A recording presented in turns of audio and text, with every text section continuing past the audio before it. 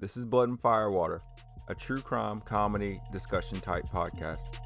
We shoot tequila and we chase it with a case of murder.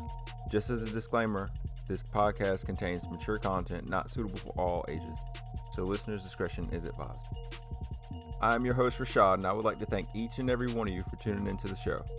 We promise not to be insensitive to the victims and respect their families. However, we will poke fun at other persons, places, and things involved with the case. And we will keep our opinions based on the facts of the case. We're not professionals, and we don't pretend to be. Alright, so before we get started, we have some news. We have a review from you, because you're the only person I know named Tink anything. Yeah, nope. Everything. Nope. Tink Wink 32. Not The only thing that threw me off was the 32. I was like, Brandy would put her age. But Brandy's not 32. I'm not 32. That's just my favorite number. I'm about to turn 32 in like 22 days. I'm so excited to not be excited. To be 32. 32. Hey, it sucks to be you. You're 32. You think that's funny? Yeah, I do. Because I'm only 27, so I still got golden years. Isn't that cute? But, however, we do have a actual review from somebody named... Are we not going to address that review from Tink Wink 32? Oh, because it's not me. It's a review. I'm pretty sure it's you. It says, I can't wait for more. My new favorite podcast. And no, not now. If it was me, that's not a true statement. Yeah, because you don't listen to podcasts. So any podcast you listen to is probably your favorite. Right. Well. So anyway, the other review is from Tangy Shortbread, who says, great listen, period. Not exclamation mark, just period. Whatever. Yeah, he's not yelling at us. This podcast has a lot of potential. I'm ready for more. So hey, we're doing something right. Yeah, Tangy Shortbread might be on to something. So, moving forward, I have a promo for another podcast called Beyond the Rainbow. Been really buddy with this podcast. They do a gay and LGBT spin on true crime. Like they only cover crimes that in that community. Okay. And way to fucking hit a niche, because that's the first one I've ever heard of that is devoted to that category, I guess you would say. Yeah, like they only cover. Right. I mean, what is the word I'm trying to use though? Cover. No. Like what hate crime? Hate crimes. Hate crime. Yeah, they're obviously they're yeah. But with sex and not race. Right? Something like that. Either way, we'll play their promo at the end of this episode. There was one other thing. Oh, if you haven't already, check us out on Instagram, Blood and Firewater, Twitter at BFW Pod Squad, and Facebook. You know, I really don't fuck with Facebook. I got it. So, today's case is in California. All right. Happened around 2002, 2003. You know, so you were probably, what, 10? 9? 2002. 11. Wait, you were 11. Because I was born in 92. So, yeah, 11. Yeah, you were 11 years old. So you probably missed the media coverage on this because... I was too busy worried about Lisa Frank and Birkenstocks. Lisa Frank and Birkenstocks. If you from 92, you know. Yeah. I'm You're not. What? From 92. No, I didn't buy girly things in 92. Well, you know what I mean. Rocket Power and Doug. Shit like yeah, that. you were watching Nickelodeon. I was about to start working in If you weren't, you were no, because I was 11. You started working at 15, bro. You were already working. 14, actually. I lied on my application.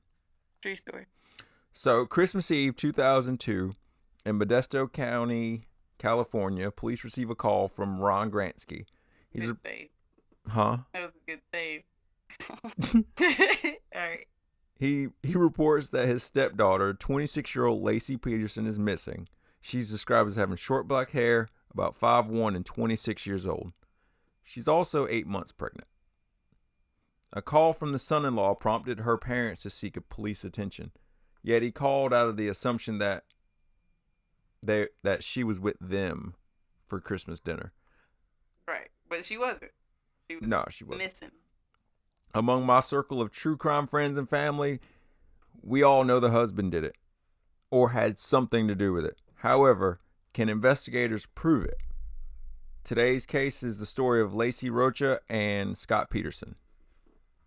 Laci Peterson was born May 4th, 1975 to Sharon and Dennis Robert Rocha and raised in Modesto, California. Laci worked on a farm from an early age and really liked gardening with her mother. After her parents' divorce, Laci and her family moved to Modesto, California, but she would return to the dairy farm with her father every weekend. When Laci was 2, Sharon married Ron Grantski, who helped raise Laci and her older brother Brent. Laci was a cheerleader throughout middle and high school, and after graduating from Thomas Downey High School, she started to attend Cal Polytech. I don't know how much I would like. I mean, you would like anything at 2 years old. Like, whatever you're doing, you like it. Like, we should have got Marley washing dishes at 2, and she probably would be, like, bomb as fuck at it right now. I know. That's why they these children's shows now. Fucking mini cooks on MasterChef and shit. Like, yeah, you gotta start them early. What we look like we about to have is 3 lazy-ass 5-year-olds. No, they're going to be... you have to consider where the technology of the world is going. Like, if I had known, there would be so much hype about technology as far as, like, invented something. Apps and shit like that, I would have went to school for fucking coding. You know what I mean? Yeah. Well, they're saying that scientists are proving that these kids being like watching TV or a tablet or being just on an iPad or a cell phone in general is fucking up their brain cells. So I don't know what to believe because, one, we didn't have it growing up and now our kids got it and we don't know the studies on it because it wasn't nothing to worry about. We grew up with cell phones. Ain't nothing happened to us, but the shit's expanding. Like, you're right. You probably be a millionaire on some Bill Gates shit. Laci was described as a very energetic, dynamic, positive, social person.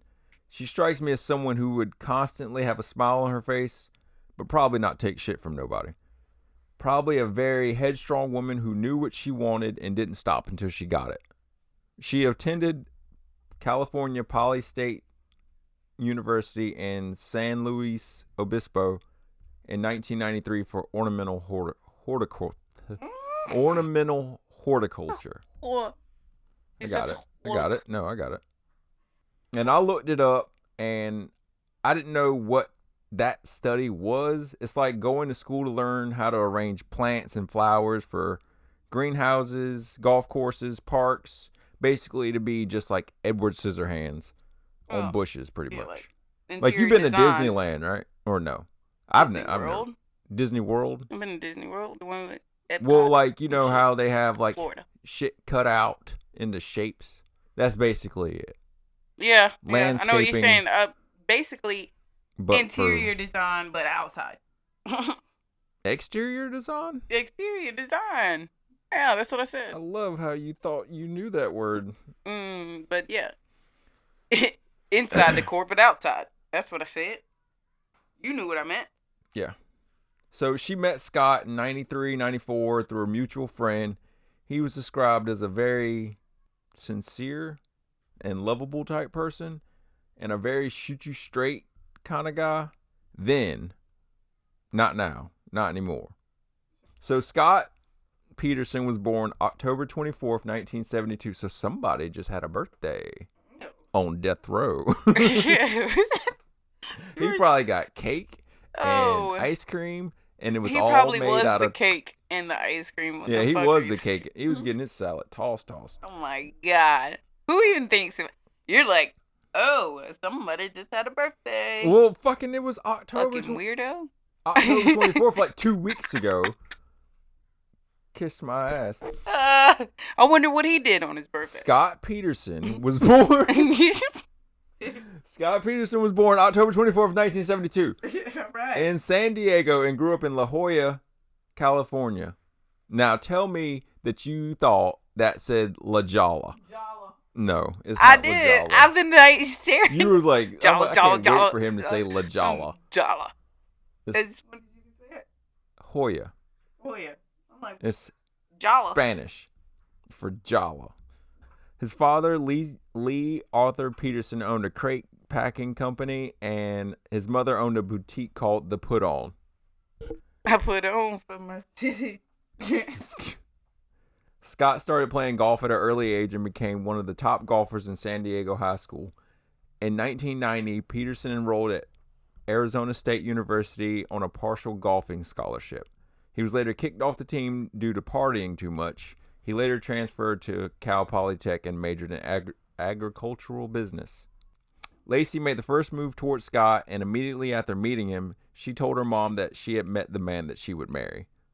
Laci and Scott dated for 2 years, and then they got married on August 9th, 1997 at Sycamore Mineral Springs Resort in San Luis Obispo County, Avila Valley? Sure. Either way, that's a lot of words. I know, I read them.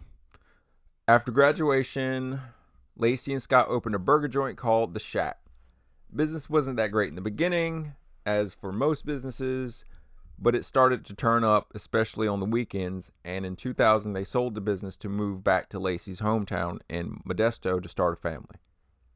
October of 2000, they purchased their 3-bedroom home on Covina Avenue.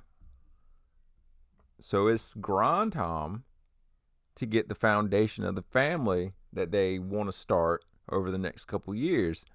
So at this time, they're dinks.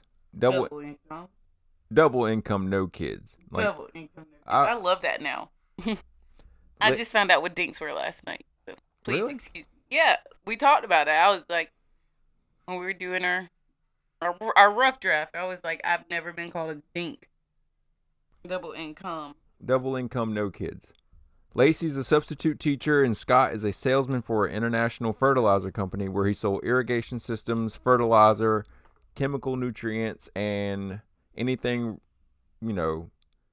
related to big farms, flower growers, primarily in California, Arizona, and New Mexico, saving money for the family that they wanted to start. Scott was bringing home about $5,000 a month before taxes. They're saving money for the family they want to start. So she was probably bringing in about $5,000. No, Scott was bringing $5,000 before taxes. So I don't think they were hurting for money, but we're talking about California. Laci was, a substitute teacher part-time. Substitute teachers don't make a ton of money. The average substitute teacher in California as of 2019 makes about $28,000 a year. 28,000, yeah, no. I can pull that easy. And so can another server that makes minimum wage plus tips. Like, they're making like $35,000, $40,000 a month. Like, needless to say, teachers don't make enough money. Teachers don't make shit. So she was part-time, so let's say she made half of that. That's $14,000.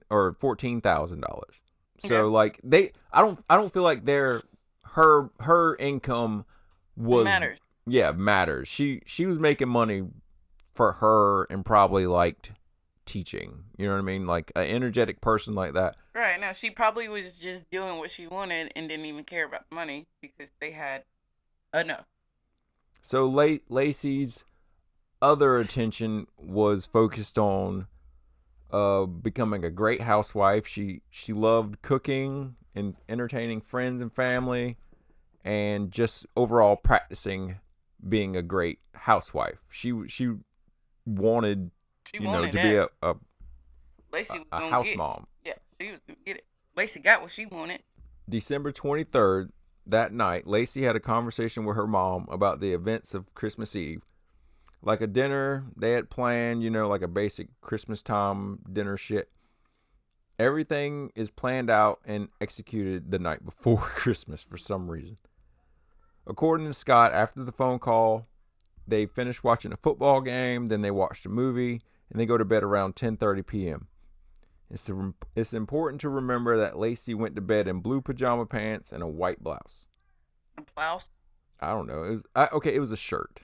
Like, that's what the article said, a blouse. Yeah. I imagine it was probably a shirt. Like, maybe like a V-neck. She's fucking pregnant. A blouse? Well, maybe the blouse is bigger. Like a grandma blouse? Like a, what do you call it? A mammy? A gown? Nightgown? Nightgown? It was white, whatever it was. Is it what Tanya wears? Shots fired. Bang, bang.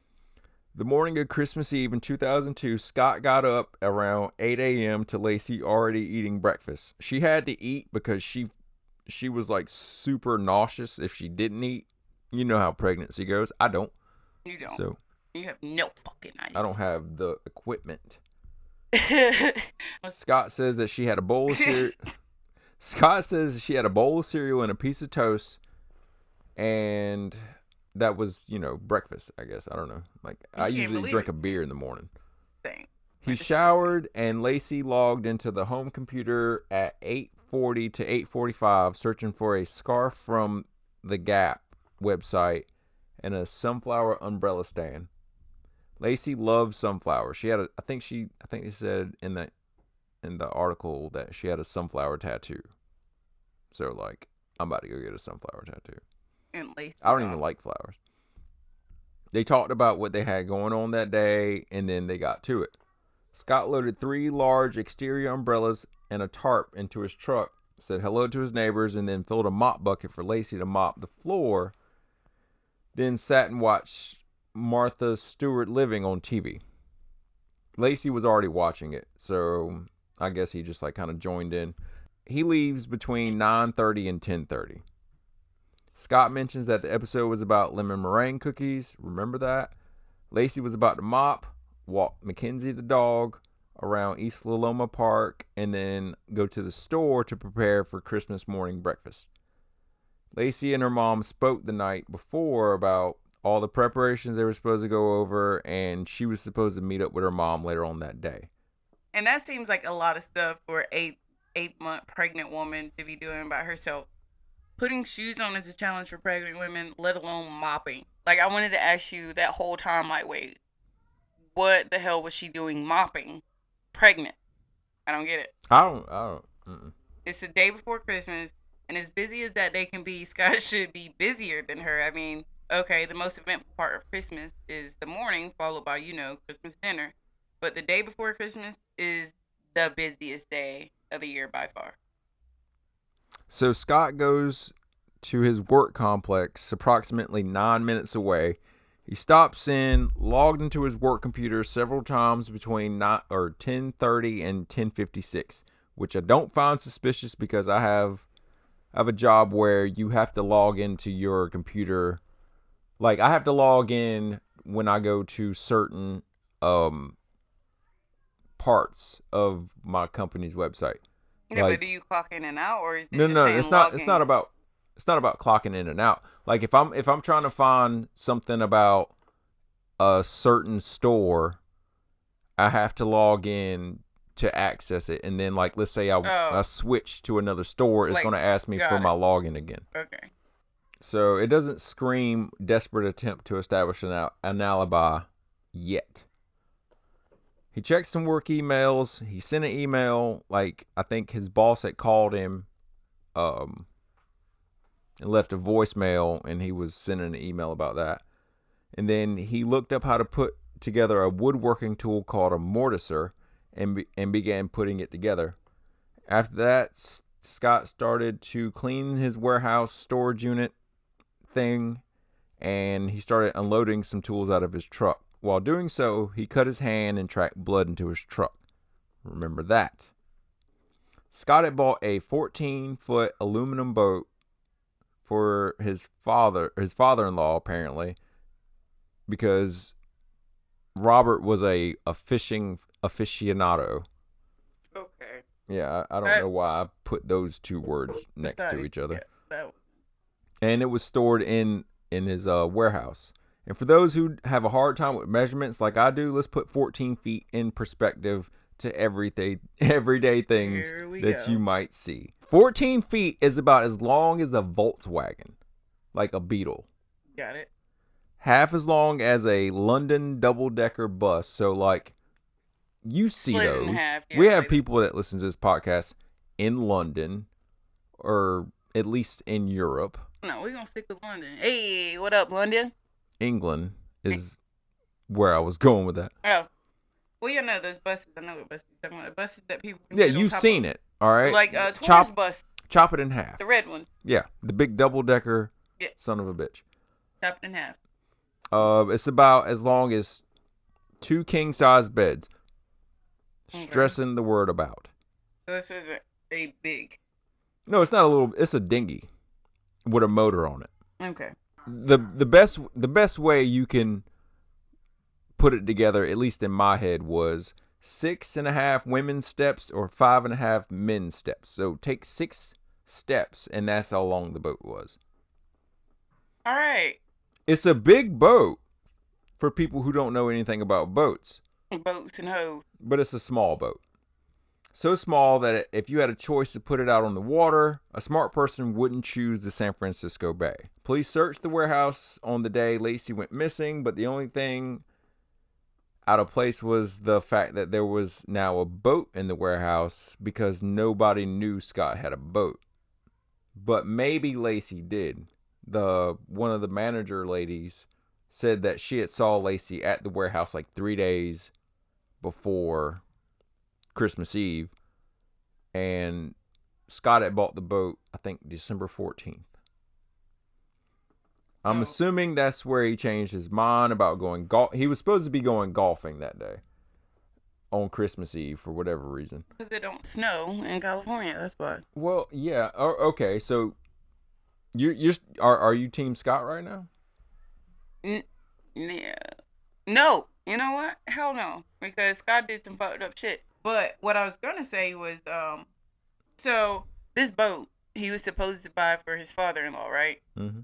Just never gave it to him, or was it for Christmas? It was Christmas Eve. So he bought it in December 14th. Okay. So it very well could have been for his father-in-law, or hear me out, it could be for some shit that Scott was going to do that was fucked up. He could have been buying the boat to do what he needed to do in that boat. Well, he said he bought the boat for his father-in-law. For a cover. Who's a fishing aficionado. Well, a fishing aficionado. I just be disrespected if my son-in-law, who makes so much money, fucking buy me a 14-foot boat. That was just enough for him and some other person. Yeah. I mean, it's not a nice boat by any means. It's not a yacht. I'd be insulted. So I'm assuming this is where he changed his mind about going golfing because he was supposed to go golfing that day. He said it was too cold and he just needed to get the boat out on some water. So Scott hooked up the boat and he leaves the warehouse around 11:18 and drives to the Berkeley Marina in San Francisco Bay. And his boat launch ticket is stamped at 12:54 p.m. I've never owned a boat. Thought about owning a boat or even like water that much. Know any nautical terms? Don't like the beach. Oh, come on. You booked your room yet? I really don't know how imperative it is to just want to drive with a boat attached to your car for 90 miles. That's how far away the Berkeley Marina was from where he was. I looked it up and there's 11 other fishing areas, more particularly bodies of water in which he could have got the boat on. In some water. So he gets out to the water. He stays out there for what he says feels like an hour and a half. Like people see him and his little boat on the water, and it looks so cute. And look at that little cute boat. It was a cute, you broke, bitch. It was a cute boat. People see him at the marina. They see him, launching his boat into some water. So there's no really just question if he was there or not. He brought his fishing rod and some tackle, and he describes his whereabouts when he went out on the lake to authorities. However, when he got out on the lake, he realized that he left all of his fishing equipment in the truck. Does going fishing mean you actually have to fish? Yeah. Well, he didn't. So he can't say he went fishing if he didn't have He any just went fishing out shit. Okay, so it's in my truck. Let's say that's not weird. Let's say that it was imperative to get this boat on some water. Okay. I don't know why it was so important. Me either, because what was he test driving it the day before Christmas? I guess okay. What kind of shit. All right. He was making sure the motor worked and it floated. The day before Christmas. Floated? No, I am not fucking Team Scott. Crazy. All right. So his phone records show that he was in the area for 78 minutes. Scott calls Laci as he's leaving the marina. She doesn't answer, so he leaves the voicemail. Hey, beautiful. I just left you a message at home. It's 2:15. I'm leaving Berkeley. I won't be able to get to Bella Farms to get you the basket for Papa. I was hoping you would get this message and go on out there. I'll see you in a bit, sweetie. Love you. Bye. First off, most sketchy a voicemail I've ever heard in my life. Yeah, I mean, he's stating the time. He's literally getting an alibi established type voicemail. He's establishing he's nowhere near her or could have been near her, sending police out to Vella Farms on a wild goose hunt, and leaving himself completely out of the equation. If that's in fact what he's doing, and she wasn't supposed to be on her feet because her doctors told her, hey, you're getting nauseous because you're standing a lot. She was having problems with that, and Scott's like, hey, after you finish mopping and walking the dog and washing dishes, doing laundry, I need you to take your ass on out to Vella Farms to get that basket for Papa, okay? I'm not gonna make it. Fuck Scott for that. Yeah. Fucking asshole. She's pregnant as fuck. She's pregnant as fuck. 8 months, bruh. I don't wish it on nobody. Meanwhile, 90 miles back in Modesto, around 10 o'clock, 10:15, a neighbor in the area found Mackenzie walking outside of the Peterson house with her leash still attached, no owner. The neighbor thought, that's crazy, and just brought the dog back into the backyard of the Peterson house. And Mackenzie isn't a little dog; it's a fucking golden retriever, so not a teacup chihuahua or anything like that. You can't just pick this dog up. No, you're not just gonna pick it up and put it like you have to. First off, the dog has to be comfortable enough with you. So it says something about how close the neighborhood is. You know what I mean? Like, I'm not gonna walk up on my neighbor's dog. I mean, he's got a teacup chihuahua. I'm still not gonna walk up on that dog because, like, he for probably one, won't walk up on Maggie. No, he's not gonna do that. Maggie gonna walk up on him.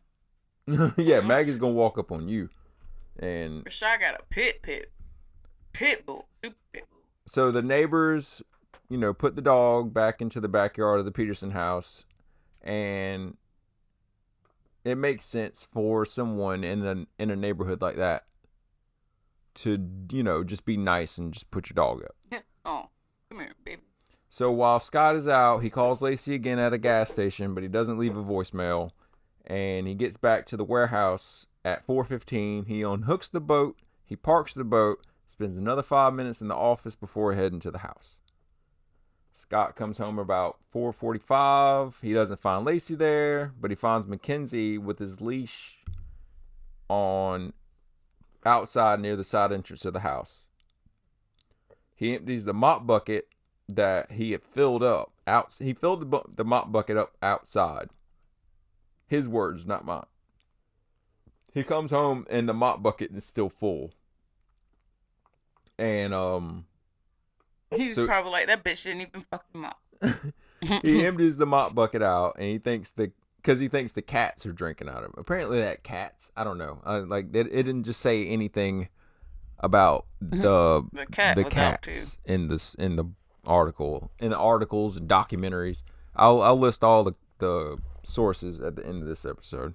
So he empties out the mop bucket, and Scott knows her car's there, her purse is there, her wallet's there, All her shit is there, but she isn't. Why isn't this sending him like red flags? Like all of the red flags. Like maybe this is the most appropriate time to make a phone call. But he doesn't. He changes clothes. He puts his clothes in the wash machine. He grabs a piece of pizza and some milk from the fridge.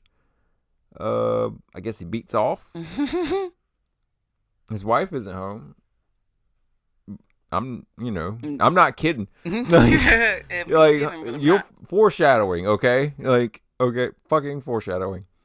So an hour goes by and there's no sign of Laci. After getting out the shower, Scott checks the home phone messages and discovers that Ron Grantski, Laci's stepfather, left a message asking Scott and Laci to bring whipped cream when they stop by later for the Christmas morning supplies. So wait, I said father-in-law. My bad. Earlier on, I said father-in-law. I meant stepfather. Who the boat was for, right? I don't know. I'll just cut it out. The boat that he bought for Christmas. I can't remember what you said. I said father-in-law. I'm flying by the seat of my pants right now. What? That's what old people say. What the fuck did you say? I'm flying by the seat of my pants. Okay. You're 32. That's what us. Look, youngster. Hold up, cat. Hold up, young blood. Scott then calls Ron and Sharon at 5:17 and tells them that Laci is missing. That's damn near nighttime. 5:17 in December? Yeah. Yeah. I don't know how it works on that side of the country. Well, time just went back, so it looks like it's 7 or 6 o'clock outside, when it's really 5 in California. They've been up since fucking 9 a.m. Okay, so maybe the sun is setting. It's not down. Either way, he got his shit stamped at 12:54. He got home at 4:45, and then he calls the police. Okay, like you said, an hour went. He didn't call the police. He called the parents. Yeah, he called the parents. Okay. It still just seems like, bro. She had been all her shit is at home. Yeah. You should have called them when you got there. Flags all over the place. Just throw them. Yeah. Okay. Throw all of the flags. Yeah, no, it's fucked up to call her parents in the fucking middle of the evening. Hey, I don't know where your daughter at, and you know she's pregnant, right? Yeah. Have you seen her? She had been missing for 6 hours at this point, like unaccounted for. Nobody knew where she was. So a question I would ask is, how long is too long before the cops are called? Furthermore, why wasn't Scott the one to call authorities? Could he have? Well, yeah, 30 minutes went by without calling anybody after the initial, like, Scott calling the parents and being like, hey, I don't know where Laci's at. Do y'all? Yeah, exactly. There should have. What I'm getting at is there should have been 2 calls. It's okay to call the cops more than once. Like, let's say you're getting your ass whooped, and you call the cops the first time, and 30 minutes goes by. You can call them back. He's like, "Hey, I'm still getting my ass whooped over." Hey, where y'all at? Where are y'all? I called somebody. And so within 15 minutes of the initial 911 call, 8 cops and cars responded. That's a lot of cops. 8 cars, B? That's 8 cars. It's Christmas Eve. And it's too, like, you driving by, it's too many to count. Like, oh, 8 what? Lights everywhere. Bro. So stick it, like, remember that. All right? 8 cars of police cars. 8 cars of police cars. 8 cars of cop cars. 8 police officers. At least 8 police officers. Nah. 8 cars, it was at least so you're telling 2 per car. I was about to say, like, are you telling me, like, some cars drove themselves? Yeah. Like, there was only 4 cops. 8 cop cars. Like, what the fuck? An investigation is immediately launched, and investigators are asking the family to meet out at East Liloma Park, where Scott said that Laci went. Police are setting up helicopters over the park, canvassing the neighborhood. While back at the Peterson house, investigators are talking to Scott. They're asking him if they can search the house, and he lets them walk through. Laci's car phone and purse were still in the house. No signs of forced entry, so all immediate evidence points to Laci just going to walk the dog. I guess that's something. I mean, she couldn't very well not even went back to the house. Like I told you, she probably said, I would walk my dog. Like, if I were to walk Maggie, I wouldn't leave none of that shit. Like, what? No, I need my phone to do something while I walk because it's boring. I'll need my keys just in case I decide to go somewhere when I get back. And I need my wallet because I'm a black person in America. Like, that's why. Shots fired. Bang, bang. Scott's cars also searched bags of unopened fishing lures, a dry camouflage jacket, and a boat cover, along with the 3 large patio umbrellas were found.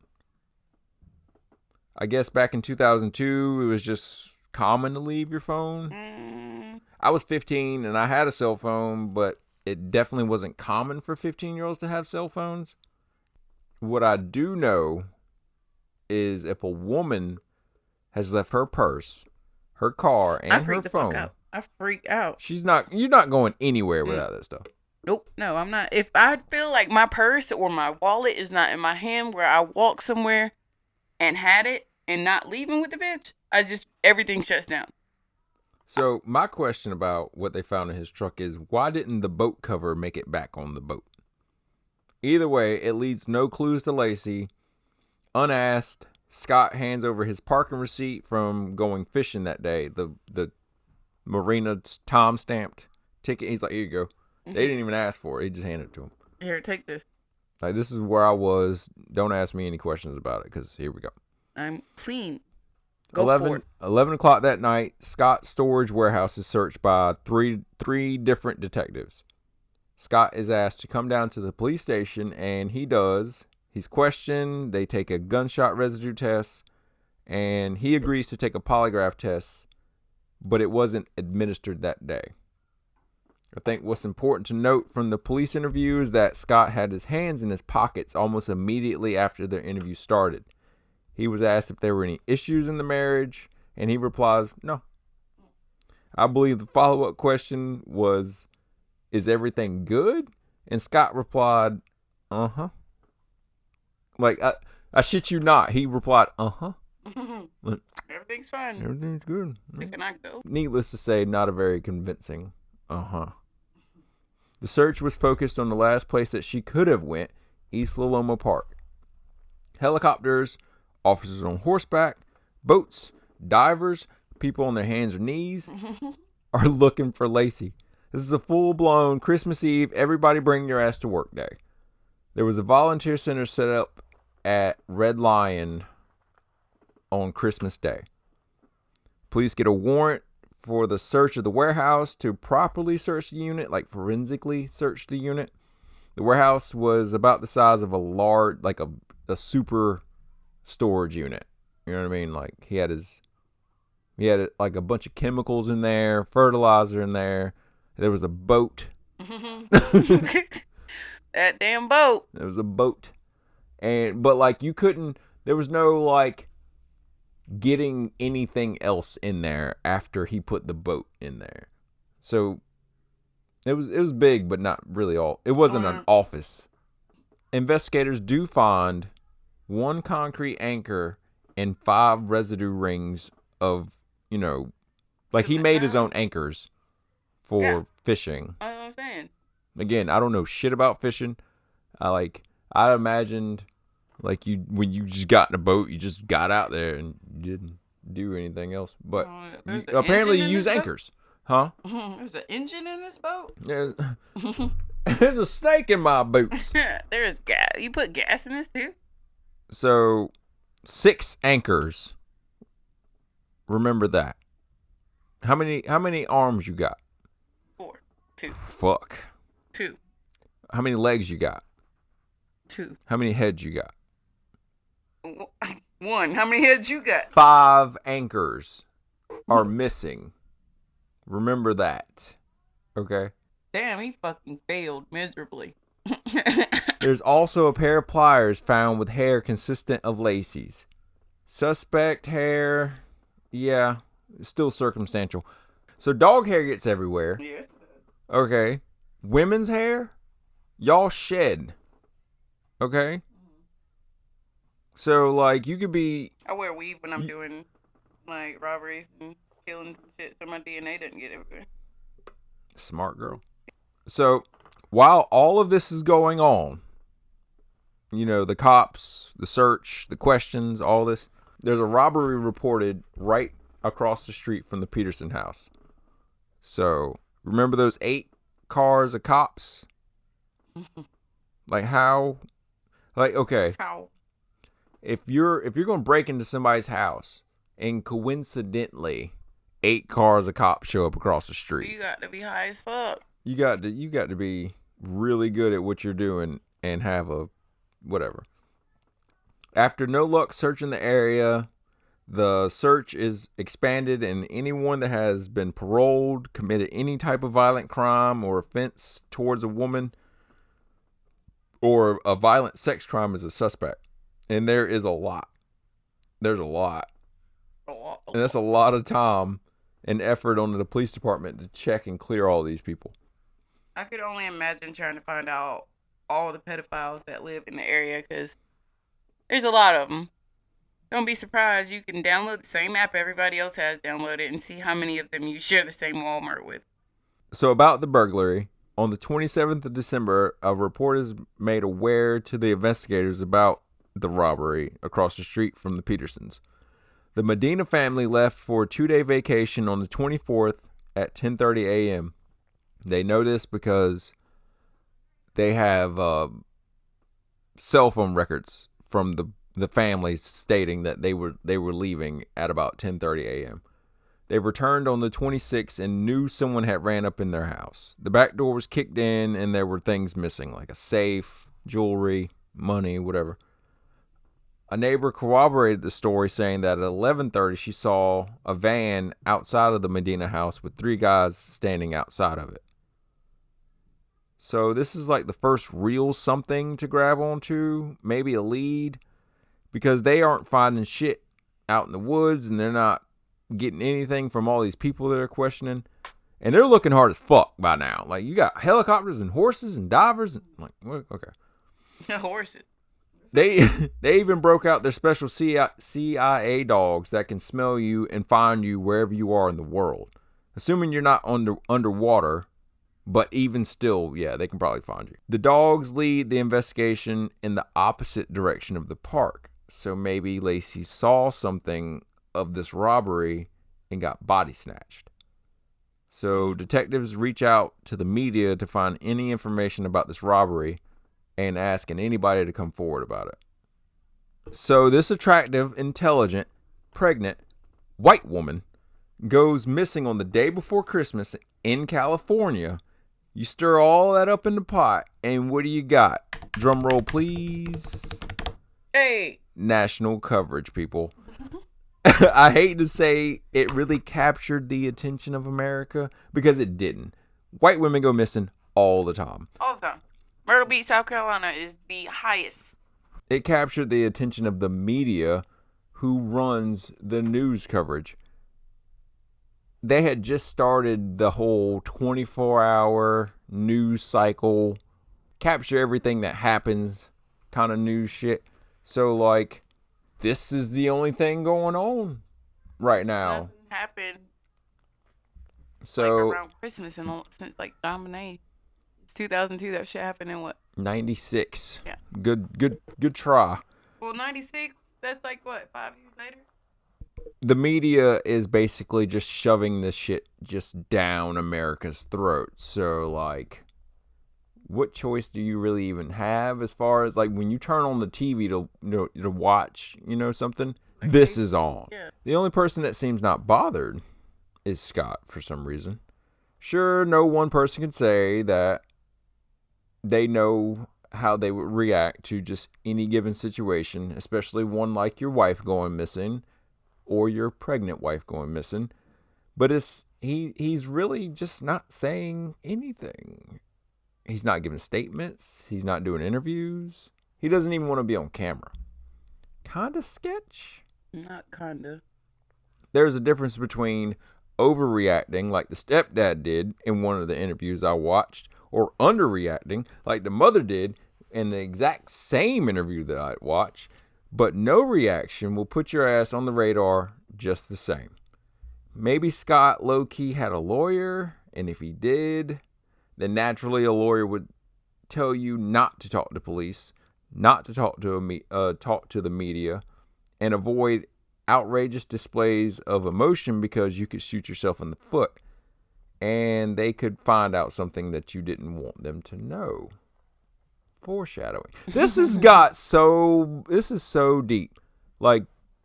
I for one don't have any one opinion, but as far as the Hall of Shame goes, Scott Peterson is, he goes on the wall. Like I'm gonna cut this little wall out right here. I'm gonna put Hall of Shame, and Scott Peterson has made it to the wall. That's what I'm saying.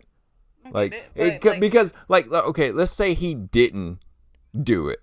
He's still on death row. So you have to be the unluckiest motherfucker in the world to say. But no, I mean, if he did have a lawyer, he did all those things, not talk to the police or the media, and he still fucked himself. Yeah, that's what I'm saying. Not showing any display of emotion or them finding out, it's kind of double. It's not even a double standard. If I do, damn if I don't. The date came for the polygraph test, and Scott had changed his mind about taking it. He had a conversation with his dad, and they agreed that he shouldn't take it. And by the way, fuck polygraph tests, because if you got bad nerves, you'll fail it. If you have if you have to poop, I feel like you might just fail a polygraph. Don't take a polygraph. Don't take a fucking polygraph. I'm going to make a shirt that says, "Don't take the polygraph," and I'm going to do a giveaway for it. So stay tuned for that. Hold your words to it, because I need that. Investigators decided to comb through Scott's alibi, asking people to come forward to basically vouch that they saw Scott at the marina or his 2002 bronze Ford F-150 dragging his little dinghy out to the marina. Oddly enough, Scott, even in his absence from giving a fuck, wasn't a suspect until now, for whatever reason. But Laci's parents are defending Scott. Her mother says, quote, "If you knew Scott, you wouldn't have any doubt," unquote. Basically fluffing his character, further making him look like, well, his story checks out. But then a bombshell drops. A blonde one. That was good, right? A good segue? Well, you've already said the mom was fluffing, so. Lisa Frank word art, bro. 100 miles away in Fresno, California, Amber Fry, a 27-year-old massage therapist and single mother of one, is in the midst of an affair with Scott Peterson. And she has no idea whatsoever about his missing wife. So she is, in today's society, the side chick. Her and Scott met through a mutual friend and went on a blind date. They hit it off, and they went on a couple more dates. The relationship got to the point where she introduced her kid to Scott. Super big deal. If she was any kind of good mom, she definitely could have held off on that. Homegirl didn't even wait 3 months before breaking her kid into the situation. It's your new daddy. Because they met November 20th, 2002. So Scott is Captain Save-A-Ho, Kate billowing in the San Francisco Bay wind, and he's basically courting this woman at this point. He's sending her flowers, they're going out on dates, they're going to Christmas parties together, he's taking pictures with her, the whole nine. Probably thinking that, well, she probably doesn't watch the news because she's a woman. She'll never see this national coverage of him and his entire family looking for his missing wife. But the media turns up the temperature on Scott because he's acting hella weird by not reacting at all. He's taking down pictures of him and Laci. He doesn't want to do interviews, give statements, or nothing. So the media just starts to to just like run up on him, basically, to force some emotion out of him. You know all about it, because how shitty does it feel to be in an argument with somebody who's not arguing with you? So they put Scott's ass in the hot seat now, and these news crews are sitting outside his house. There's a madhouse out front of his house. Like, think verbally abusive paparazzi, or maybe just paparazzi. Like, I don't know. I've never seen paparazzi before. We've never seen a whole bunch of people holding cameras, doing anything. Nah. Think if you go outside one day and 20 guys holding heavy ass camera equipment run up on you and, like, they say, "Nah, what are you fishing for, see?" He didn't have an answer to what he was fishing for that day. I think he finally came up with, like, sturgeon, and fishing experts later concluded that he did not have, let alone the right equipment for that type of fish. So then they asked, "What lures did you lose, see?" What? Which he also didn't have an answer for, because he didn't use any. So they started asking more aggressive questions, like, "Why'd you fucking do it, bro?"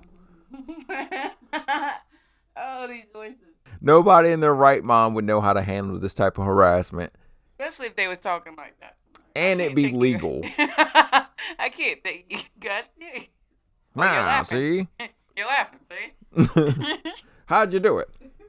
Did you dump a body in the water, see? Huh? Is that why you took the boat out on the water, see? Where's the boat? Let me drive the boat, see? Nobody in their right mind would know how to handle this type of harassment, and it be legal. But Scott is not acting like a grieving husband. And if he's in fact still working as a salesman for the fertilizer company, it's got to make things awful complicated. Like, everywhere you go, as far as work, they're like, "Hey, there's like 30 cars blocking the fucking intersection out here." Like, I understand you're trying to sell us some shit, literally, but you got people following you. We can't park. Period. So, December 29th, a friend tells Amber that the guy she's dating might be the same guy in the news with a missing pregnant wife. Oh, shit. She's completely caught off guard. I don't know how. She completely fell into Scott Peterson's thirst trap. And for those of you who don't know what a thirst trap is, a thirst trap is the act of showing yourself in a more or less lascivious manner to attract the attention of the opposite sex, maybe the same sex, whatever you're into, and motivate them to slide into them DMs. One of many definitions of the expression, but the results are still the same. Amber slid all up in them DMs, and now she's implicated in the disappearance of Laci Peterson. She does the smart thing and calls the police first. Probably the smartest thing anybody does in this case. Lead investigator something Brocchini. I forgot. I know his last name's Brocchini, and I can pronounce it. But he's the lead investigator. The lead investigator, something Brocchini, is immediately on the phone with her. Like, when she called the receptionist lady or whatever, like, homeboy was walking past her while she was on the phone with her. So that's how he got on the phone with her so fast. Oh, okay. So he and another detective leave Modesto and head to Fresno. Amber shows detectives cards, presents, pictures, all from Scott. I mean, she's putting her whole ass out there. And the conversation turns damning when she tells investigators about a discussion of marriage. Not between the two of them, but if Scott had been married before. Now, this happened weeks before the murder, but Scott's response is the most fucked up. Scott told her originally that he hadn't been married, and they met back in November. Like, not a month before all this shit happened. or at least a month and a couple days. But he then changed his story, telling her that this would be his first holiday. He was married, but his wife passed away, and this would be the first holidays without her on December 9th. So, like, a couple weeks before she was murdered, homeboy already killed her in his head. Killed her off. Now, she's missing. She's not even missing yet, and she already gone. No, she's not. December 9th, she was alive and well. Now, he either thought this through, like, methodically thought this through, or he's got to be the just the unluckiest person alive, and still for some reason. So putting himself out there to just openly admit to lying about being married, then saying who he's married to is gone. Amber didn't know how to take this, so she didn't ask how the wife died. She just kind of was like, oh, not going to touch that. And that's probably the best move she could have made. Detectives devised a plan to keep Scott talking to Amber and record all of their phone calls. Like, all of their phone calls. It was a lot of phone calls. December 31st, 2002, New Year's Eve, Scott calls Amber and says he's at the Eiffel Tower in France, celebrating the New Year, popping bottles and enjoying the firework. On one of their dates, he told her that he would be in Europe around Christmas for business, and that's all well and good. However, that's not where Scott is. He's actually at a candlelight vigil for his missing wife and unborn child in East Loma Park. The cops knew where he was, and Amber knew where he was too, but my man's on the phone talking to her like he's at the fucking Eiffel Tower. So, I got a small bit of the transcript from that conversation. You're going to be Amber, I'm going to be Peterson. You're Fry, I'm Peterson. All right. So this is a reenactment of that clip because I can't stand her voice and I can't stand his voice.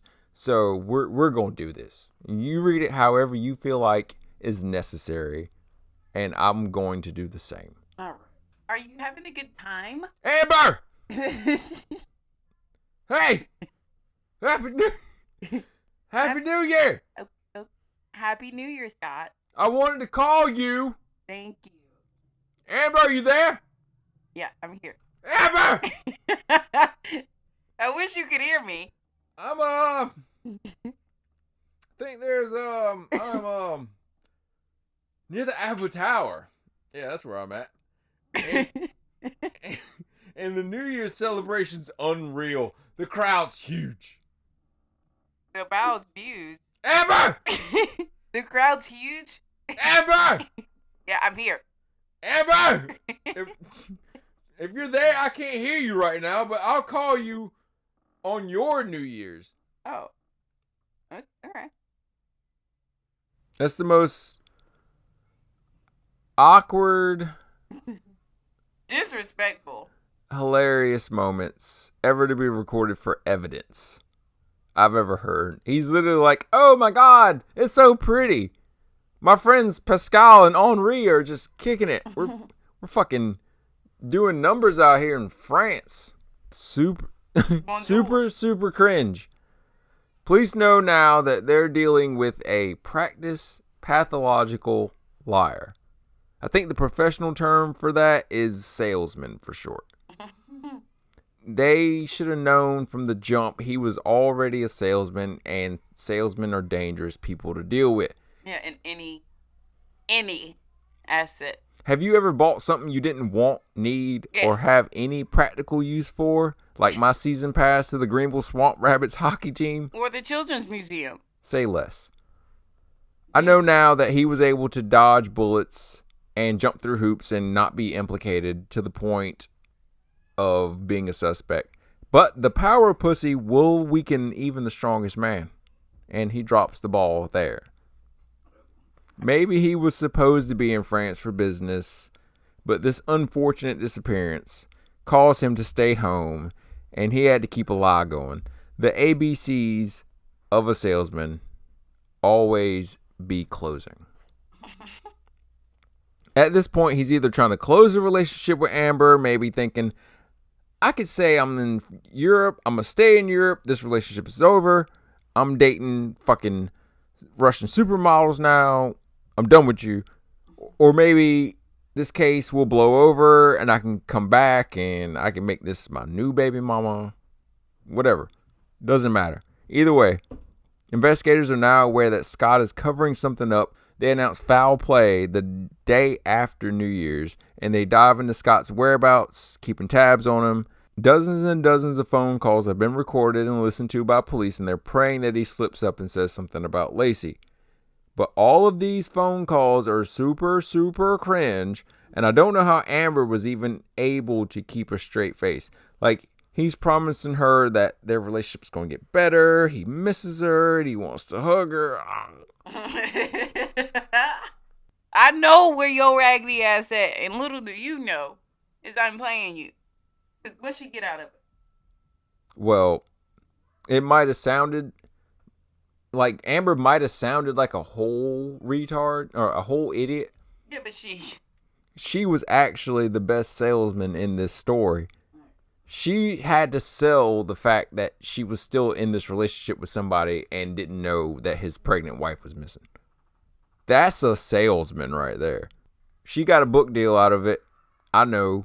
But right now, Amber is the best part of this investigation. And on the right side of the investigation, which is the best move for her, in my opinion, there's over 29 hours of audio. And I would have blown my cover in 15 minutes working with police.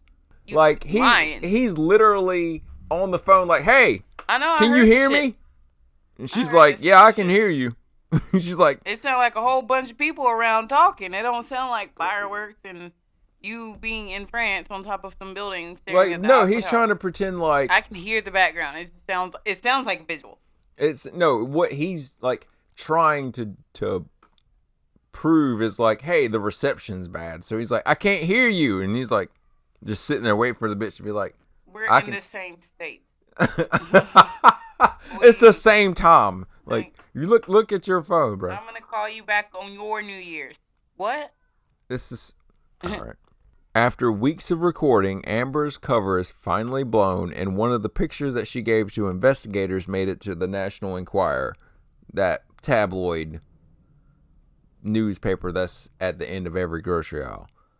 So they had no hesitation in breaking the story because it was so popular in the media. What syndication would not publish this turn of events? Police rushed to warn the parents before they found out in the grocery store aisle. Needless to say, they're no longer Team Scott. Oh yeah, nobody yet. Just putting that out there. I don't want anybody to forget that we still don't have a body at this point. In hindsight, if Scott did do it though, did all the legwork to set up this elaborate alibi, setting up the boat, the story, the side chick, the disappearance, like a psychopathic mastermind? Could he have just sent investigators Amber's way and said, hey, I got this crazy stalker bitch up my ass. Maybe she did it, and maybe y'all can get rid of her because me and my family need help right now. Could this story have not been more convincing is what I'm saying. The not talking to police, the not wanting to be on camera, he could have used it all to his advantage and said, bro, I'm a fucking hostage in plain sight. But maybe Amber beat him to the confession suicide pact that they had. Maybe Amber did it. I don't know. Just a theory. Perhaps an alternate ending. The story would have been just as good. So, January 24th, 2003, at this point, any information leading to the discovery of Laci Peterson is at $500,000. A press conference is called by the Modesto Police Department, and Amber Fry also prepared a statement for that press conference. She addresses to the media that she met Scott November 20th, 2002, and that Scott told her he was definitely not married, definitely not about to have a baby. Their relationship was romantic. Okay. And when she found out that he was involved with the disappearance, she immediately called Modesto police. I mean, like, did you watch the interview? She was fucking froze at the podium in front of all those cameras. I mean, my nerves would have shut down. I would have passed the fuck out. Oh yeah, I would have passed out. Like, I gotta sit here and tell y'all, like, hey, I've been fucking this dude, but I ain't got nothing to do. Of blood. He would have fucking passed out too. All those cameras, national TV, live. Can't do it. I would have wrote a note and gave it to somebody else. I'm like, hey, go read this. For me. I would have been the spokesperson. I would have got tied in this shit. Like, hey, here's my sister on my behalf. Like, she literally had to go into the lion's den, willingly confess that she was the side chick, and that's the most, like, outside of dying. Yeah, you literally. I gotta go in front of all those people and be like, hey, I was cheating on. Mm-hmm. I was cheated. I was the mistress. And I didn't know it. So if I could say one thing to Amber Fry, people involved in your life, whether you like it or not, whether you knew them or not, were murdered, and you're selling a story that's not yours. That's what makes Amber and other women like her terrible people. The bitch from the Chris Watts case, Nicole Kessinger. Same fucking thing. She wrote a book or something? Amber wrote a book, yeah. And got money off of it. And then Nicole looked like one of her Google searches was how much money did Amber Fry make off of, writing a book. So fuck her, fuck Scott, and fuck people like them. That's what I would say to Amber, yeah. She's nice looking woman though, No. So Amber gives her statement and then what? So Amber gives her statement. Search for Laci comes to a halt. And now all eyes are on Scott. So now Scott is, I don't know, in freak out mode, I assume. A person that wanted no spotlight, no media coverage is now lying, cheating, suspect of the whereabouts of his wife, and a murderer. Not a good look, bro. So much for keeping out the spotlight. You can just, keep fucking around with your side chick while your wife is missing. Nah, you can't. Now you're on the front page. Congratulations. You just played yourself. Scott is now out of the pan, into the fire. The public hates him. The media hates him. Amber hates him. Laci's parents hate him.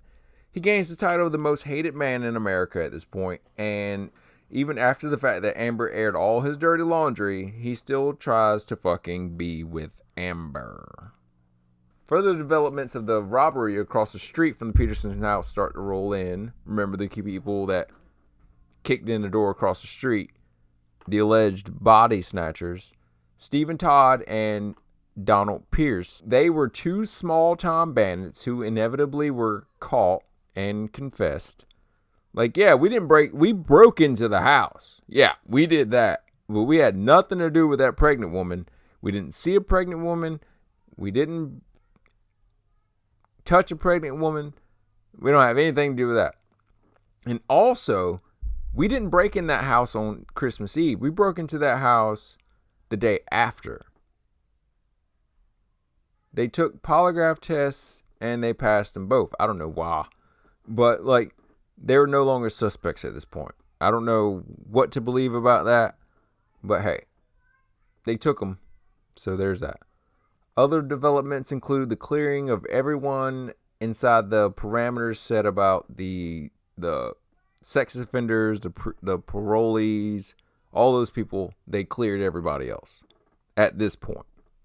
So, police decide to focus more on Scott, which is okay. He's the husband. If there's anything to link him to the crime at this point, it should be gone, or it has been gone a long time ago. And in my opinion, they finally start to drill in on his fishing alibi to figure out what happened in that boat. To paint the picture of where they are searching, you remember Full House? You know that big red bridge they're driving across. Right. That's the Golden Gate Bridge, and that's where they're looking for this body. They have Is that what that water is? Where he was at? Yeah. Okay. So now you know where you are. Yeah. They have multiple counties searching, sonar boats. They're looking for other streams and lakes in the Bay Area. But they're dead set on this is where we're going to find the bodies of Laci and her unborn son Connor. And Scott's stupid ass is out there too, but not with the dive team. He's not with the search boats. He's just there, just trying to blend in and pretend like they don't see him. So a lot has happened. It's okay. A lot has happened in a couple days. And to put the cherry on top, Scott sold Laci's car and he's trying to sell their house. Sketch balls. His reasoning is that when he got Laci's car back after they had searched it and all that, they kept his truck, but they gave him Laci's car back. So he was going to need it for work as a fertilizer salesman, so he wasn't going to get it dirty. So he insisted that he didn't want to drive Laci's car. She had a Land Rover. It was a nice Land Rover. But he sold it, or he tried to sell it. The owner or the car dealership gave it back to the parents. Long story short. But so he sold it. He tried to sell it, yeah. Oh. He tried to sell it. The car dealership gave the car back to the parents. But he sold it because he didn't want to get her car dirty in case she came back. His story, not making that up. Scott being quite popular with the media and not making himself look any better, he decides to do some interviews. Some terrible interviews. Bro. On January 28th, 2003, he makes himself look like a whole idiot in front of Diane Sawyer. He openly admits to the infidelity. All right. All right. You literally just let all your credibility go just now, mid-interview. Yeah. And then he says, like, yeah, I'm cheating on her, but he's not involved with Laci's disappearance. Just so you know, in the initial interview that was taped with Detective Brocchini, he asked Scott if he was cheating on his wife, and he was like, nah, I'm not cheating on my wife. What? What? It's my wife you're talking about here, buddy. You don't go there, pal. You better chill out, friend. So he tells Diane Sawyer, yeah, I'm cheating on my wife. Like, what are you talking about? Who doesn't cheat on their wife? So, he tells Diane asks Scott, she's like, did your wife know about it? And Scott's like, I told my wife in early December. Diane smacks her lips harder than I've ever heard anybody slap their lips before. I'm sure she said something, but they edited it out. If you want to see it, look up the Diane Sawyer Scott Peterson interview, and the timestamp is 3 minutes and 48 seconds. It's just like, all right, you gonna sit here and lie to my You gonna lie straight to my fucking face, bro? Okay, a pregnant woman is fine with her husband cheating on her. Fuck out of here. All his credibility is fucking gone. Poof. Right in the middle of a sentence. He literally said that he was not cheating on her the day investigators interviewed him, the day she went missing. She's like, police think you did it. And he's like, where's the proof? And for someone who hasn't shown any basic, my wife is missing emotions, he really turns it up on the interview and does that crying shit. Remember the vigil call to Amber? Media asked, why wasn't he on stage with the rest of the family? He says, this isn't about us being in front of the camera. This is about us to work to bring home one person who hurt the most. One person, not two people. There's two people in that one person. Or there's There's two people in that one person. Yeah, you know what I'm saying. She's pregnant, okay? Like she is with child. She is with child, and he is not. I don't think I've heard him say the word Connor the entire time. Oh yeah, and he refers to Laci in the past tense during the interview. Police are just watching this interview among the other couple interviews he does. Like, he does a couple local interviews, and they go just as bad as that one. And they're just slowly building their case. After the interviews aired, 2 more women come forward saying they also had affairs with Scott. Same game he played with Amber, wasn't married, no kid, no future, and it worked. He was not a bad looking guy post Amber, emaciated prison Scott, and it's probably a more sought after look than pre-Amber, chubby fat fuck Scott, who looked like Ben Affleck. But fuck him for cheating on his wife. Fuck him for being a predator to other women. Fuck him for giving everybody named Scott a bad name, and just fuck that guy in general. Whew. Got that out of my system. February 10th, 2003, the due date for Connor Peterson passes, and the bodies still have not been found. Another vigil is held, but Scott does not attend. Coincidentally, it's Amber's birthday as well, and Scott is on the phone with her, dropping off a birthday present at the children's hospital near where she lived. He didn't want to go directly to her house because obviously the media is following him. So he hid like a CD and some other shit and some bushes. I couldn't find out exactly what it was, but I know he made a reference to a song on the CD to their relationship. So cringe level 99 at this point. Police issue a second search warrant on the Peterson house, and they catch Scott in the act of canceling some porn channels he had just purchased. Oh. You remember what I told you about the whacking off with the pizza and the milk? Okay. Yep. So they catch Scott in the act of deleting some porn channels he just purchased. Some softcore and some not so softcore. Scott is lonely. Scott is a heterosexual male at this point. So lonely, in fact, that no one told him that you could just look this up on the internet for free. Just saying. Tests come back from the hair on the pliers, and it's declared consistent with Laci's hair in March of 2003. Not her hair, just consistent. Modesto police declare the case a homicide, so the line in the sand is drawn, and all the evidence has amounted to this point. Scott is obviously a suspect, but police are also checking into thousands of other leads. April 13th, 2003, after 4 months of working this case without a body, along the shore of San Francisco Bay, a body of an unborn child is discovered by a couple walking their dog. Dog, I don't know what the fuck I'd do if I saw a baby. You wouldn't want to go outside no more. No, hell no. Like, I need benefits for this. Like, yeah, I've seen some shit I can't unsee. I can't work now. Y'all done scarred me for life. The next day, another body is discovered 1 mile away from the first. It was basically... This is going to be hard. It's basically just a torso. Okay? The next day, another body was discovered 1 mile away from the first.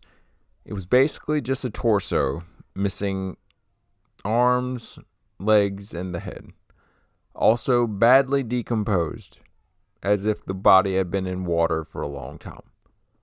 Tests were conducted to determine the relationship of the two bodies, and it's concluded that the unborn body was more than likely inside of the woman before being forced out due to decomposition, or a coffin birth.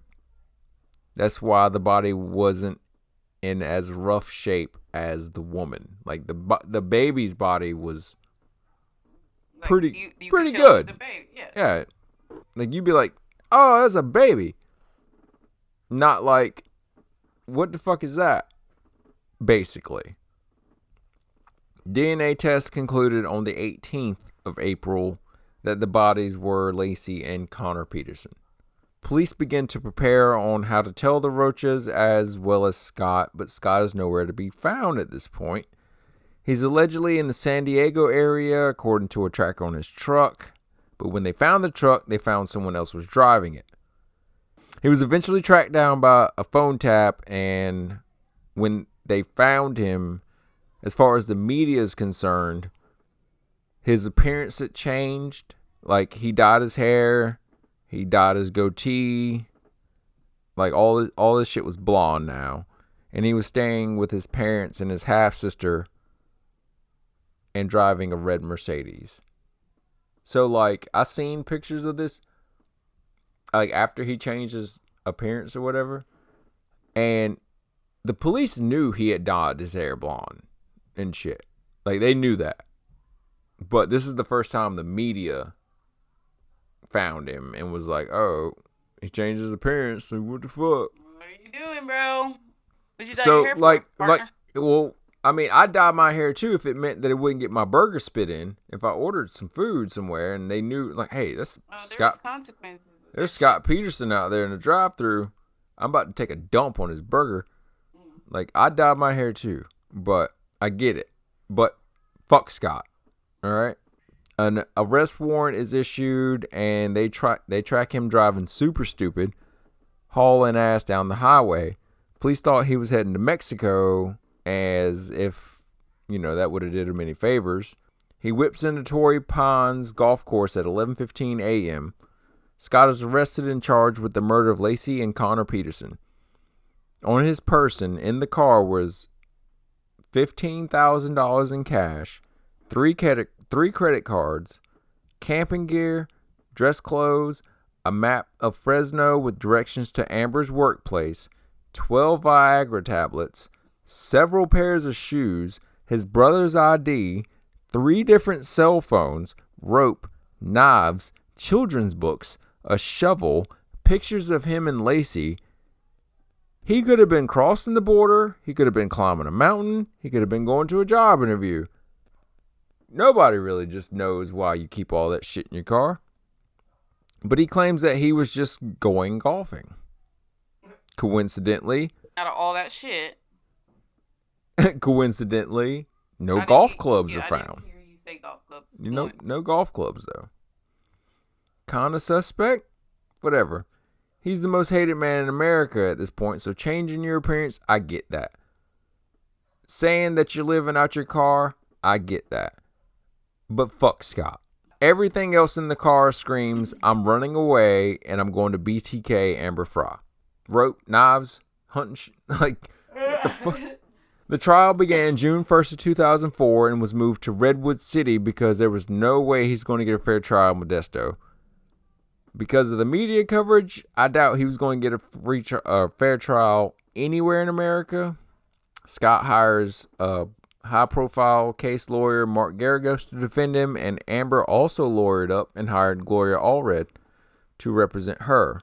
There was a gag order instated on the case so it wouldn't end up like a media circus like the OJ case did. There were multiple jury members dismissed throughout the case because the jury was not sequestered. The first juror, Francis Gorman, was released due to misconduct.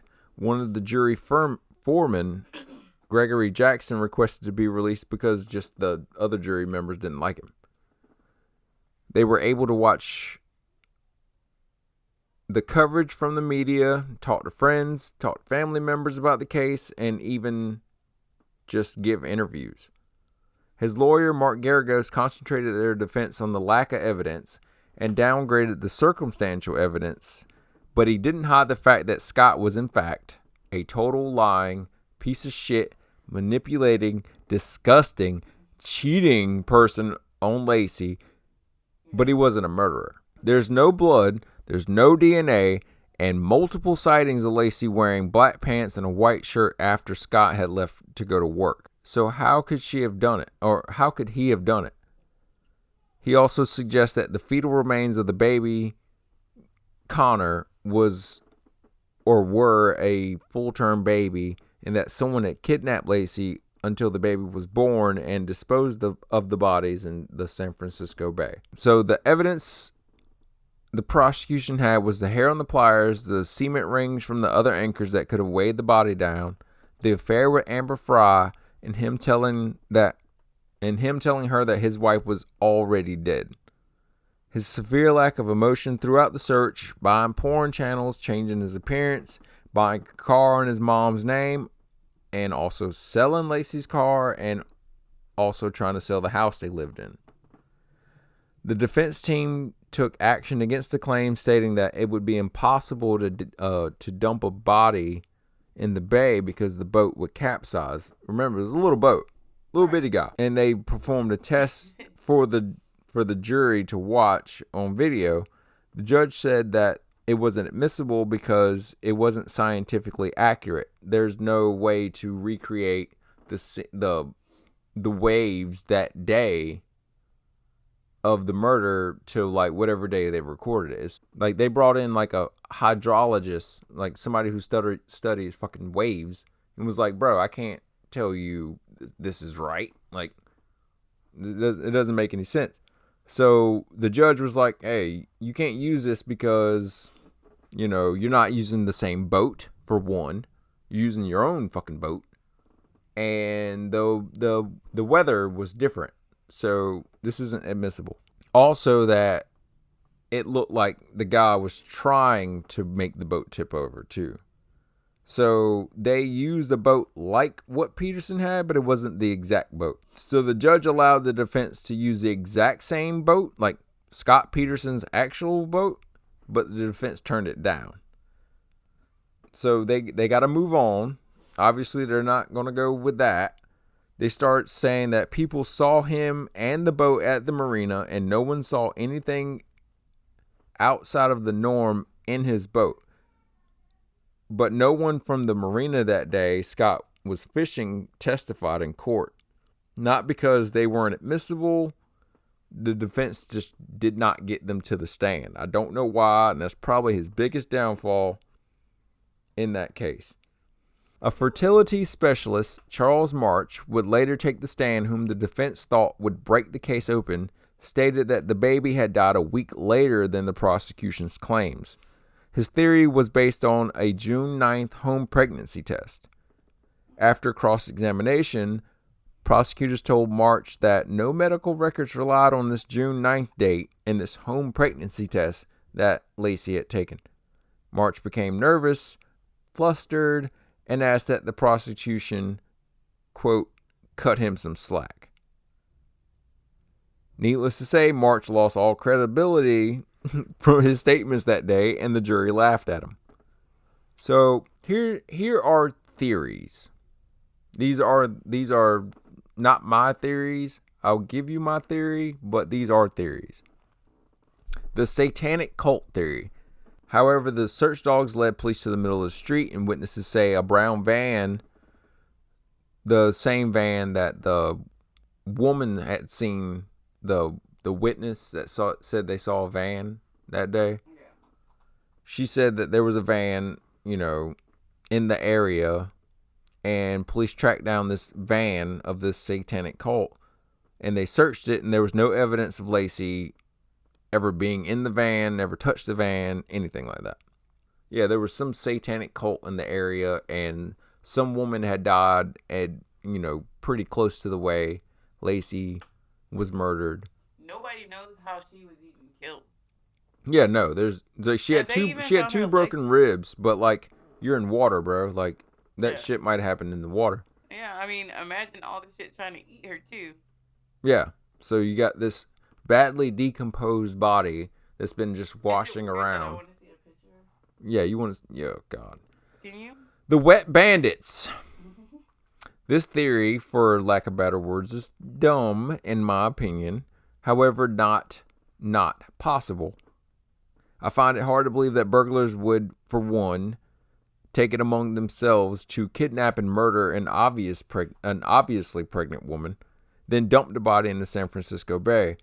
Now remember, 8 cars of cops converged on the Peterson house on the 24th, and the defense believed that the robbery happened that same day, and an immediate media circus followed them. How could a burglary happen? Why wouldn't burglars even try?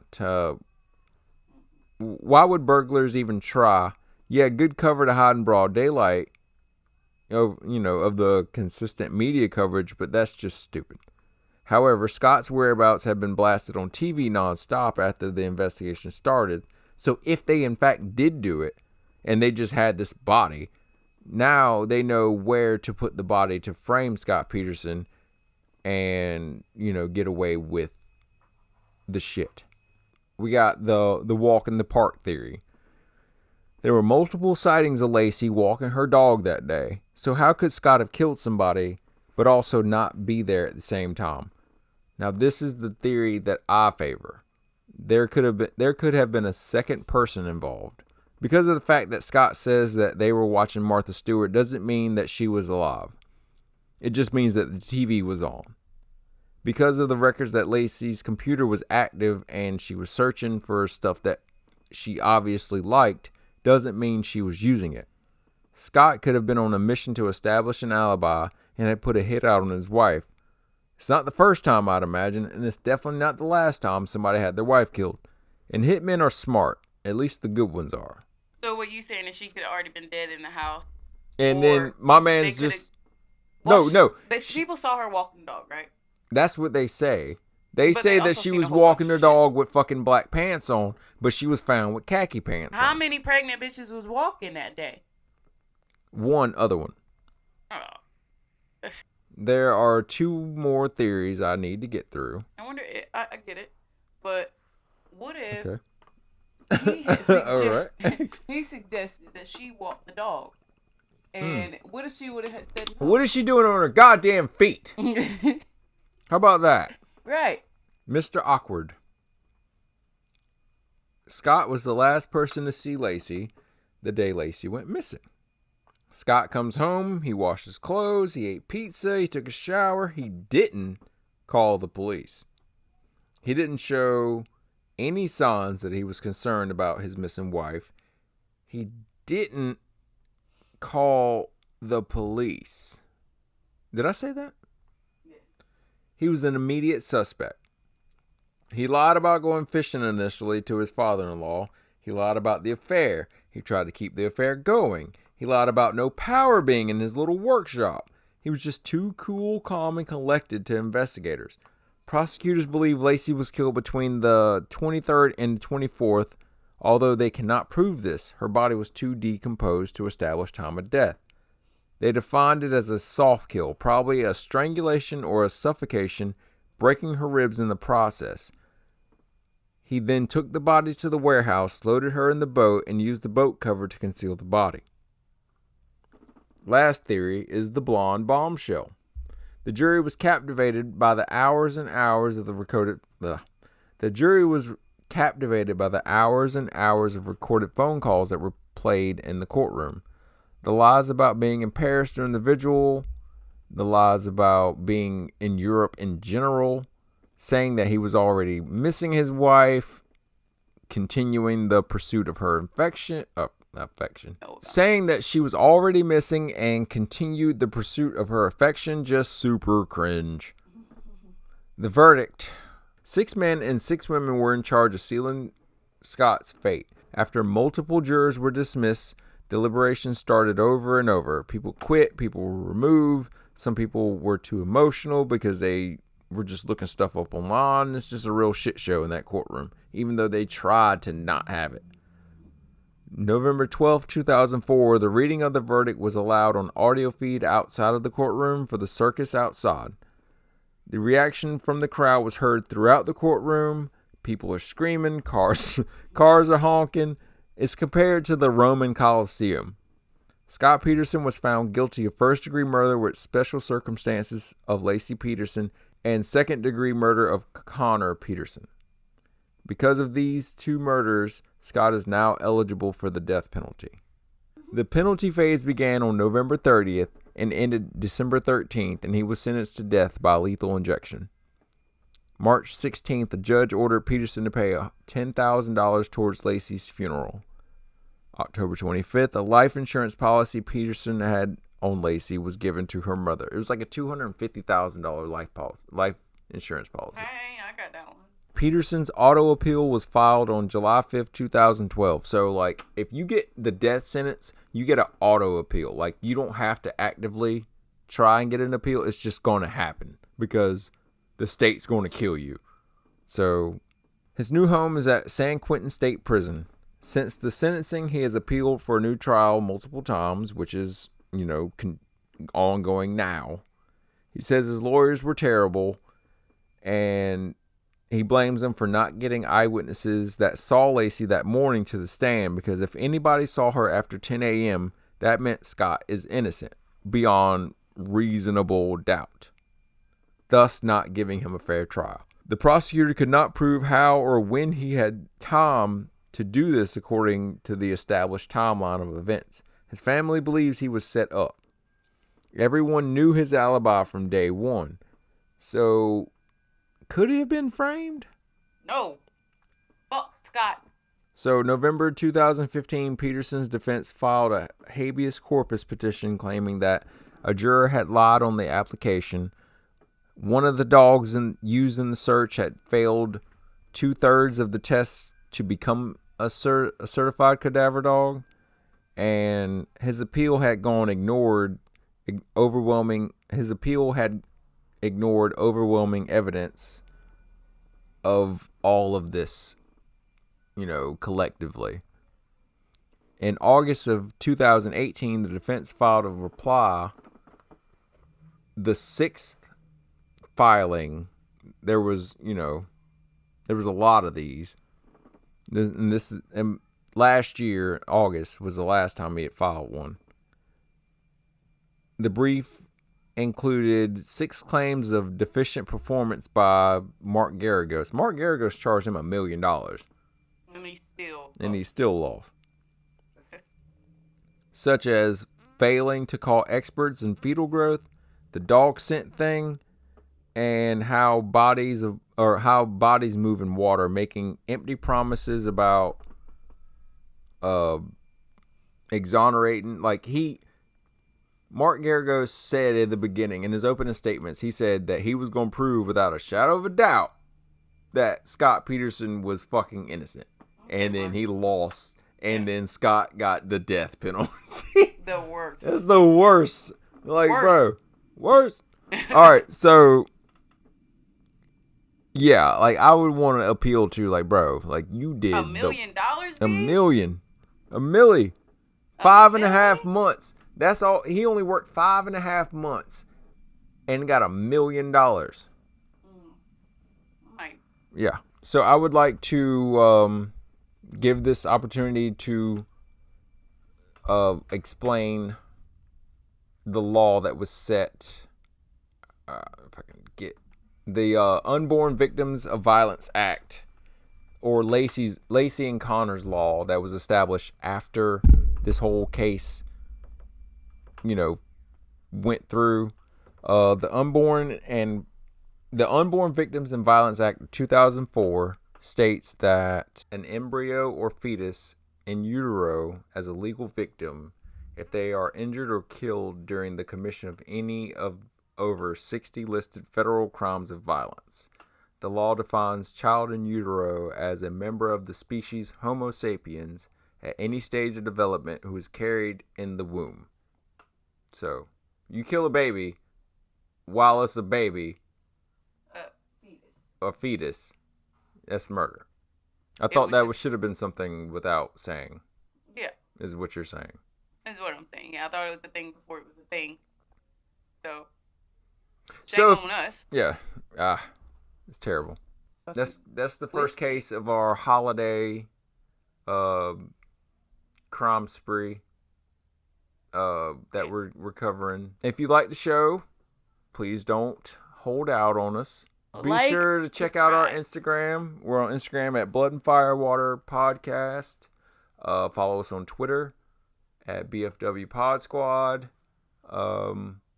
Facebook, if you want to do that. Follow, and all of it. It's basically the same thing that gets put on Instagram, and I'm on Instagram more than the other two, so be sure to or if you want to just send us a message, send us a message at bloodandfirewater@gmail.com. Yeah, that's it. Check out our Patreon page. The link is in our Instagram bio. If you want to donate to the show, buy us a shot. Give us a shot. Help us out. Suggest what we should drink. $1. We also have a God mode tier where you pick the case. You run the show. So thanks for listening, and we hope to catch you on the next episode. Stay alert. Stay alive.